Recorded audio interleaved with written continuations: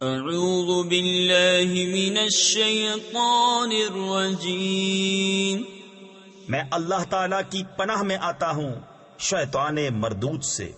بسم اللہ الرحمن الرحیم، اللہ کے نام سے شروع جو نہایت مہربان رحم والا۔ هل اتاک حدیث الغاشیہ، وجوہ یومئذ خاشعہ، عاملۃ ناصبہ، تصلی نارا حامیہ۔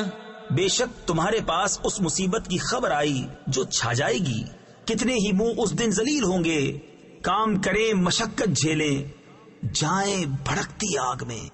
تسقى من عين آنية، ليس لهم طعام إلا من ضريع، لا يسمن ولا يغني من جوع۔ نہایت جلتے چشمے کا پانی پلائے جائیں، ان کے لیے کچھ کھانا نہیں مگر آگ کے کانٹے، کہ نہ فربہی رائیں اور نہ بھوک میں کام دیں۔ وجوہ یومئذ ناعمہ، لسعیہا راضیہ، فی جنت عالیہ، لا تسمع فیہا لاغیہ، فیہا عین جاریہ۔ کتنے ہی منہ اس دن چین میں ہیں، اپنی کوشش پر راضی، بلند باغ میں کہ اس میں کوئی بیہودہ بات نہ سنیں گے، اس میں رواں چشمہ ہے۔ فیہا سرر مرفوعہ، وأکواب موضوعہ، ونمارق مصفوفہ، وزرابی مبثوثہ۔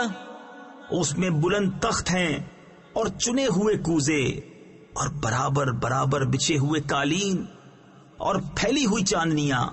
افلا ينظرون الى الابل كيف خلقت، والى السماء كيف رفعت، والى الجبال كيف نصبت، والى الارض كيف سطحت، فذكر انما انت مذكر، لست علیہم بمسیطر۔